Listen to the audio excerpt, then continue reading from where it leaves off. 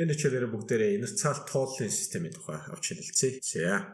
Инерциал тооллын систем гэдгийг ойлгохын тулд эхлээд бид нар тооллын систем гэж юу вэ гэдгээр цааш нь харуулах хэрэгтэй. Тооллын систем гэдэг бол тооллын бие дээр нэмэх координатын системийг нэмсэнтэй энэ хоёрын одоо интеграцийг л хэлж байгаа нэг юм асуудал байх нэ гэж ойлгож юм дээ. Тэгвэл тооллын бие гэж юу юм? Хоёр богоо ингээд сайн шант дээр очиж зүрхгөө зогссон байлаа гэж бодъё. Аль нэг богоо нь хөдөлсөн, хоёр богоо зэрэгцсэн байгаа талын цонхоор харах юм бол манай богоо нь хөдлөөж байгаа юм шиг эсвэл нөгөө талын богоо хөдлөөж байгаа юм шиг харагддаг. Харин манай хөдөлж гин үү? Эсрэг талын богоо хөдөлж гин үү гэдгийг харахын тулд нөгөө талын цонхон дээр байгаа гэрлийн шонтооны харьцуулаад үзэх хэрэгтэй. Хэрвээ гэрлийн шонтой харьцангуй бид нар хөдөлж явах юм бол байрлалаас явж явах юм бид нар хөдөлж гин гэсэн үг. Гэрлийн шонтой харьцангуй нэг байрал дээр байгаад байвал бид нар хөдөлөхгүй байна гэсэн үг. Тэгвэл тэр гэрлийн шон бид нар тооллын бие гэж ярина.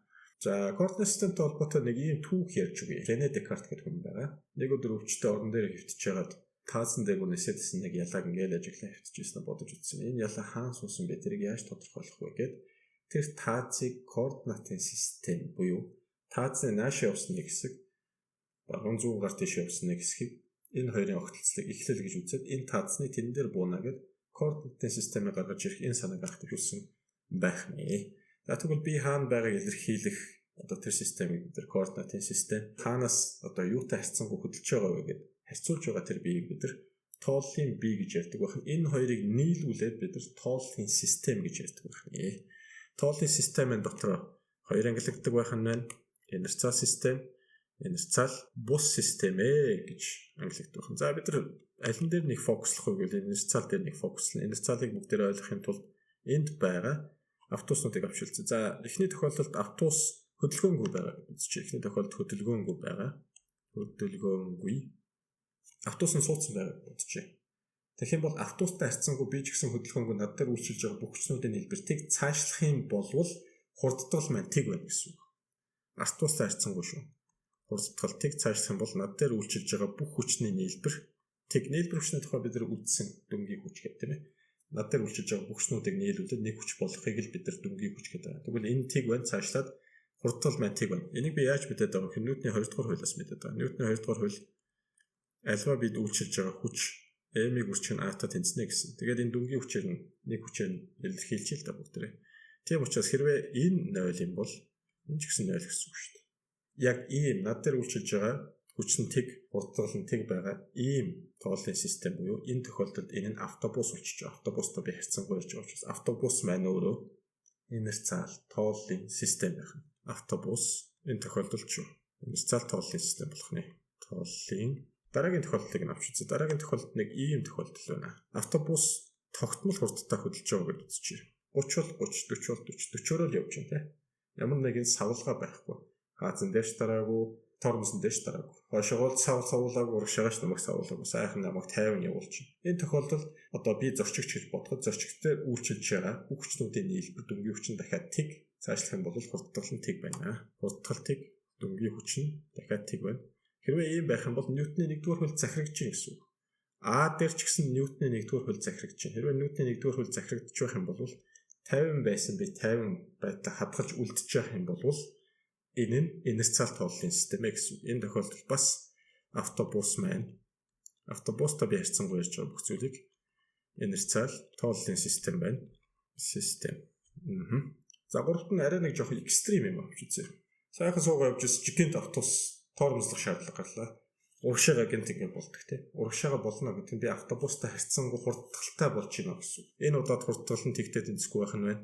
Цаашлаад над дээр үйлчилж байгаа дүнгийн хүчин тэгтээ тэнцэхгүй байна. Ньютоны 1-р хуульд захирагдхаа болоод эхэллээ. Ньютоны 1-р хуульд захирагдхаа болоод эхэлжил байгаа бол инерциал бус тооллын систем болчихно. Энэ тохиолдолд автобус маань инерциал бус тооллын систем болох нэ. За ингэ ярив. Одоо бүгдээ юу ярих вэ гэвэл энэ Ньютоны одоо хуулиудыг хөдөлгөөний хуулиуд 1, 2, 3 дахь хуулиудыг ашиглахын тулд хүчнүүдийг дүрслэх шаардлагатай байдаг. Хүчнүүдийг яаж дүрслэх талаар ярилцъя. Ингэж дүрслэнэ. Окей, би дүрслэх хүчийг дүрслэх. Тухайлбал эхний нөхцөлийг авч үзье. Эхний нөхцөл нэг юм гүлгэр утгаа дээр маста бийг хүчээр татчихин. За үүнээс хойш би энэ зургийг бол тайлбарлахгүй шууд хүчнүүдийг нь тайлбарлаа явуулчих. Тэгвэл эхлээд энийг системээс нь салгаа зурна. Энэ биеийг гэсэн үг. Ингээд салгаа зурна. Бусд нь сайхан зурж яагаад түүнд үйлчилж байгаа бүх хүчнүүдийг нэг нэгэнгүү зурж харуулна. За эхний хүч нь юу вэ гэвэл гадны энэ F татах хүч байна. Дараа нь энэ тодорхой тавцан дээр байгаа учраас тавцангийн зүгээс түүнийг дээш нь түлэх нь мөн дэлхийд түүнийг доош татна гэдэг W хүндий хүч. За тэр хүндий хүч нь хаана вэ? Энэ дээр байна. Тэгээд түүний эсрэг талд байгаа реакцийн нормал хүчийг ингэж зурна. Дараагийн тохиолдолд бол 2 бий байна. 2 биеийг тулгаж тавиад F хүчээр түлхсэн байна.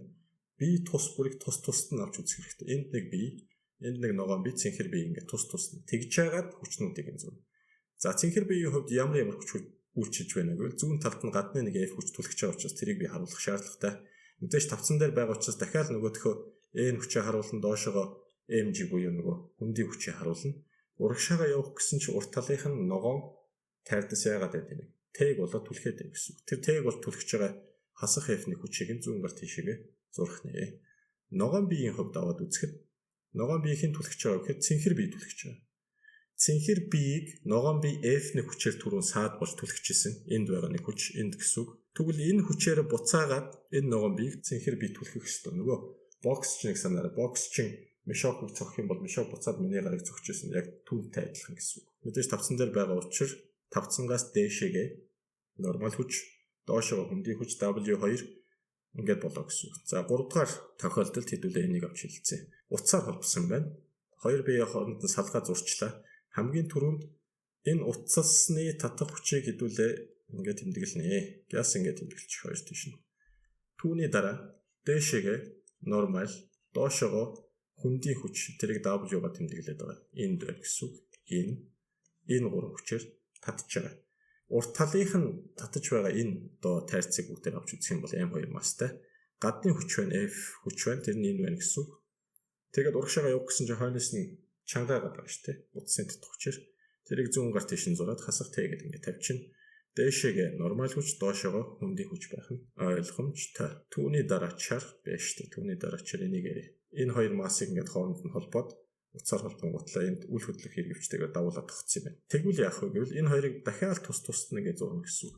Цэнхрийн тусад нь ногооны тусад нь цэнхэр ямар нэгэн тавцан дээр байгаа учраас дээшээгээ нормал хүч, доошоо хүндий хүч байна. Уцаар татагдж байгаа учраас энд Т хүч байна. За нэг утасны үргэлжлэл учраас энд ч гэсэн Т хүч үүснэ.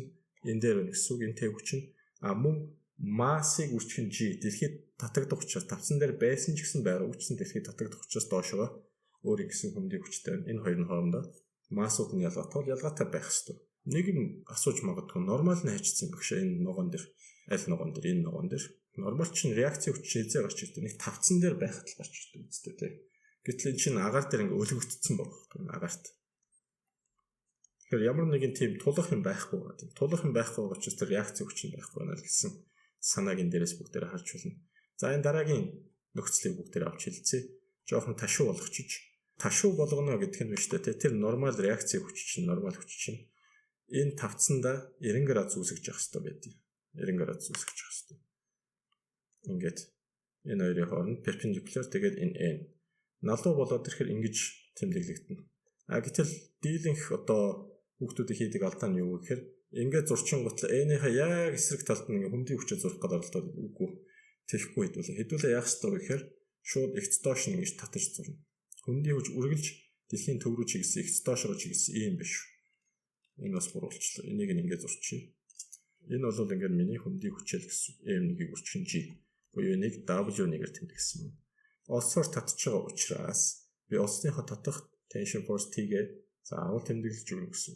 Ногооны хувьд дээшээгээ T байна. Ягаад гэхээр энэ утасны үргэлжлэл учраас ижилхэн T үүснэ нэг ширх олс гэж яриад байгаа. Доошоо M2G хүндий хүч тэрийг W2-оор тэмдэглэсэн байна. Энд харуулсан байна хоёулангийн. За хамгийн сүүлд нь үл хөдлөх эргэвчдээр тогсон энэ хоёр ачаанд үйлчлэх хүчнүүдийг яаж дүрслэх вэ? Тус тусад нь зурна дахиад ингээд зурчна. За би энэ дээр нь ингээд хэлээд үг. Энд утасны татах хүч байна дээшээгээ. Ижилхэн утасны үргэлжлэл учраас энэ ч гэсэн T хүч байна. Энэ доошоо M1G хүндий хүч байна. Энэ доошоо M2G хүндий хүч байна. Тэрийг бүгдээрээ W2 W1 гэж тэмдэглээд байгаа. Тэр нь хаана байна? Энэ байна, энэ байна. Энд байна, бас энд байна гэсэн санаатай шүү. Залуусаа. Харин одоо цөмөрө жишээ хийж үзье. За жишээ 4-ийн 2 дээр юу гэж өгсөн бэ? Тус бүр M1 2 кг, M2 3 кг-аас 2 тайрцыг үл сунах нарийн утсаар хөвсөн хэвтэй чиглэсэн 10 м хүчээр татсан Аад нь системийн хурдгалыг бол Б-д нэг юм бол утасны татах хүчийг олоо гэсэн байна. Системийн хурдгалыг олохын тулд энэ хоёрыг заавал салгах шаардлага байхгүй. Энэ хоёрыг нэг ингээд том бит гэдээ үзчихдэг. Тэрийг ингээд 10 ньютон хүчээр татчих байгаа. Тэгвэл тэр том битийн нийт масс нь хэд болох вэ? 2 байна. Энд 2 дээр нэмэх 3 шүү дээ. Тэгэл 5 кг гэсэн үг байхгүй юу? Өөрөөр хэлбэл 5 кг масстай энэ хүү биеийг энэ дээрээс 10 ньютон хүчээр татж байна л гэж ойлгож байна. Тэнцүү 10 ньютон том массаар тэмдэглэдэг. Тэгвэл энэний хурдтал нь хэд болох вэ гэж асуусан байна. Ньютоны 2 дугаар хуулиар боддог бүгдээрээ. F тэнцүү m-ийг үржих нь a гэдэг бол F-ийг хуваах нь m гарна. F-ийг өгчихсэн байна 10 ньютон гээд m-ийг өгчихсэн байна нийтдээ 5 кг 2 м/сек квадрат гарна манайхаа. 2 м/сек квадрат гэж юу гэсэн үг вэ? Тус тусныудаа салгын одоо үйлчилж байгаа өрснүүдийг зурхын тулд яагаад гэвэл надад дотоод тэр утасыг татах хүчийг дотоод хүчийг бол гэсэн учраас одоо салгахаас өөр зам болоо гэжлээ. Энэ бас хоёулаа ижилхэн хурдталтай хөдлөн тэр нь тэгэхээр нэг системийн элементүүд учраас 2 м/сек квадрат энэ ч гэсэн 2 м/сек квадрат. За шууд ойлгомжтой байгаа нэг хүчийг дурчих. Тэр хүч нь бол энэ байна. Энэ гадаад хүчийг дүүлчилж байгаа. Хинд вэ гэхээр өнөөх m2 масстай. Энэ болохоор m1 масстай. Би тус үйлчилнэ. Энэ бол F тэнцүү 10 ньютон. Урагшлах гэсэн чинь түүнийг татаад байна. Юугаар татж байгаа гэхээр утасыг татах хүчээр тэрийг T' гэчээ. Энэ ч гэсэн утасаа татагч байгаа T. За түрүү чижил дээр хэлсэн шиг T бол T' тэнцүү байх нь ойлгомжтой. Залуусаа. Энэ дээр үйлчилж байгаа ганцхан хүч байна. Тэр нь T байна. Гэхдээ ганцхан гэж хэлж болохгүй энэ зөвхөн хэвтэй тэнхлэг дээр босоо тэнхлэг дээр үйлчилж байгаа хүчнүүдийг зурж болно. Дээшээгээ тавцан дээр байгаа учраас N доошоо mg энэ ч гэсэн mg n гэдэг ингээд дүрсэлж болно. Энэ бол ингээд n1 n m1 g n m2 g энэ нь болохоор n2. За арай л шамбарлалт болчлоо. Гэхдээ яг ойлгомжтой байна. Энэ дээр шүүгчлүүлээд хэдүүлээ. T-г болъё. За T-г бол хоёр янзаар олж болно. 10-аас T'-ийг хасаад тэрийг m2-ыг үчиг нь a гэж хэлж байна. Эхлээд дүнгийн хүч олох шаардлагатай. A гэдэг чинь өөрөө энэ хэвтэй тэнхлэг дээр байгаа хурдтал байхгүй. Тэгэхээр хэвтэй тэнхлэг дээр байгаа бүх юмудаа хооронд нэмээд хүчнүүдээ хооронд нэмээд тэрийг m-ийг үржих нь a-та тэнцвүүлнэ. Яагаад вэ гэхээр Ньютон 2 дугаар хуулийн дээр юу гэж хэлсэн? F гэдэг бол m-ийг үржих нь a-та тэнцэж явах ёстой. Гэхдээ би хэлээд байгаа шүү дээ. Нэгээс олон хүч байх юм бол нийлбэр хүчийг аваач гэдэг. Эхний энэ бие дээр ганцхан хүч одоо хэвтэй чиглэлд үйлчилж чинь тэр нь T тэнцүү m1-ийг үржих нь a гэх юм бол хэдүүлээ энэ дээрээс олж болно. Дараагийн бие дээр хоёр хүч үйлчилж байгаа хэвтэй чиглэлд баруун гар тийшээгээ за нэг юм тохиролцсон хэдүүлээ анханасаа. Баруун гар тийшээгээ хүч үйлчилж явах юм бол хүч вектор хэмжигдэх нь нэмэх тэмдэгтэй авъя, зүүн гар тийшээ явах юм бол хасах тэмдэгтэй авъя. Энийг анханасаа ингэ тохирцсон дээр. Ийшээгээ хүч бол нэмэх тэмдэгтэй хүч гэсэн үг, зүүн гар тийшээгээ хүчийг хасах тэмдэгтэйгээр авъя бүгдээрээ. Нийлүүлье. За F нэмэх F яагаад тэгэхээр баруун гар тийшээгээ нэмэх нь хасах T' яагаад зүүн гар тийшээ учраас тэнцүү m2 массыг үржих нь хурдтгалаа гэсэн үг. За T-г олж байна энэ дээрээс m1 чи хэд гэж өгсөн бэ? 2 гэж өгсөн. 2-ыг үржих нь би аль хэдийн a болчихсон шүү дээ. Хэд гэж болсон? 2 м/сек квадрат гэж болсон. 2-ыг үржих нь 2 4 ньютон байх. Энэ 4 ньютоныг оруулсан ч гэсэн энэ дээрээс ч гэсэн адилхан хариу гарч ирнэ. За яаж л бол яаж бүгдээрээ бодож болно. Жишээ 4-4-ийг хий. Чаргатай өгөхөд 30 градус налуугийн К-цэгээс гулсаж эхэлсэн юм. За К-цэг гэж хаана? К-цэг гэж энд байна. Л-цэг гэж энд байна. 10 м байсан юм байна. Хүүхдийн хурдтгалыг олоо гэсэн нь ямар хугацааны дараа Л-цэгт хүрэх вэ гэж асуусан юм. Хүүхдийн хурдтгалыг олохын тулд хүүхдээр үйлчилж байгаа бүх хүчнүүдийг хөдөлгөөд үрслэе. Тэгэхээр энэ дээрс аваад хүүхдийг зүгээр нь цэгээр төлөөлүүлчихье. Хүүхдүүд ямар хүч үйлчлэх вэ гэхээр доошоо mg хүч үйлчлэнэ. n хүч үйлчлэнэ. Ийшээ a хурдталтай гусаж эхэлнэ гэсэн санааг илэрхийлээ. За энэ a хурдтал ингээд тавьчих. Энэ n хүч байна. Өөр үлдэх хүч байхгүй. Тэгэхээр доошоо mg гэдэг ингээд тавьчих. За ингээд харангуутал n mg хоёр чинь нэг юм цагийн хоёр зүү шиг харагдаад байна. Тэр ялангуяа mg хэдүүлээ координатын системийг ингэж дали аваад энэ дэшегээ y уулын налуугийн дагуу x гэж үзээд тэгээд энэ x y координатын систем дээр mg хүчийг задлая гэсэн үг. Яаж задлах вэ гэхээр ингэж задлана. Ингээд татчих нэг зураас координат эхлэл болгоод n-ийн дагуу бас координатын дагуу ингээд татчих. Тэгэнгүүтлээ энийг x координат гэж төсөөлчих бүгдээрээ энийг y координат гэж төсөөлчих. Энэ координатын эхлэл O гэж төсөөлчих. За хэрвээ энэ уулын налуугийн үнцэг θ гэдэг үнцэгтэй байх юм бол энэ ч гэсэн θ гэдэг үнцэгтэй. За өөдтэй ч гэж яриад байгаа. За би өөдтэй гэж ярьчихдээ бол өөдтэйг ашиглаад бүгдээрээ энэ mg хүчийг хоёр байгуулагчид нь хуваана гэсэн. X болон y тэнхлэгүүд дээр. Яаж хуваагдах амархан? Ингэж нэг татаад огтлцлын цэгүүд нь хаана вэ? Энд нэг байна. Энд нэг огтлцлын цэг байна. Оогоос огтлцлын цэг хүртэл Оогоос буцаага доошоо огтлцлын цэг хүртэл ингээд хоёр хуваачин гэсэн үг. Одоо хоёр хуваагдсан mg гэдэг хүч байхгүй. Тэгэхээр үнцгийн насан тал нь mg косинус θ болдог. Үнцгийн насан тал косинус байдаг. Үнцгийн эсрэг тал нь mg синус өөдтэй болно гэсэн. Тэгвэл яг үнэндээ x тэнхлэгийн дагуу буюу уулын одоо энэ налуугийн дагуу энэ хүүхдийг хөдөлгөөд байгаа хүч нь өөрөө mg синус өөдтэй гэдэг энэ хүч нь байх нэ. Харин mg косинус өөдтэй болон n хоёр нь нэгээ устгаж байгаа хэмжээгээр ижил чиглэлээр эсрэг хоёр хүч байх нэ гэдээ ойлгоч. Хүүхдийг хөдөлгөгч хүч нь mg sin өөдтэй юуны дагуу энэ налуугийн дагуу хурдтай байгаа учраас m-ийг үрчгэн a гэд m ямарч хэрэггүй болчлаа энэ дэр a гэдэг нь үнэндээ g sinus θ хурдтай энэ хүүхэд доошоо гулгаж байсан байх нь гэдээ ойлгочлоо. За ингээ хүүхдийн хурдтал ингээд болчлоо. 30 градус гэд өгсөн болов шууд бодчих хэдүүлээ. G-г 10-аар авчи. 10-ыг үрчгэн sinus 30 гэсэн үг. Sinus 32.1 байдаг. Ингээд 5 м/сек квадрат болно. Окей. Дараа ямар хугацааны дараа ээлцэгт хүрэх вэ гэж асууж байна. Тэгвэл одоо нэг юм x-ийг өгсөн байна. Хугацааг олох чинь би a нь мэдэгдэж байна. Тэгэх юм бол x дата хугацаатай нэгдэгчтгэл байдаг шүү дээ. 50 байдлаас булгасан гэж үзчихье.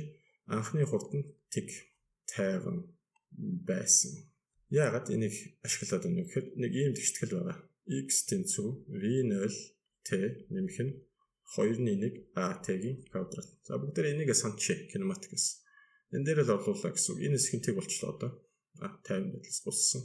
X тэнцүү 2.1 A-гийн сая олдсон тэр нь 5. Тэгээд хугацаа нь мэдэгдэхгүй нь x нь 10 баггүй хугацааны квадрат гэсэн үг. Яах вэ гэвэл биш үү те. 2-ыг 10-аар үржүүлээд 20 гарна. 20-ыг 5 дугаар 4 гарна. 4-ийг язгуур дорос гаргах юм бол 2 секундын дараа ээлцэгт хүрэх нэ.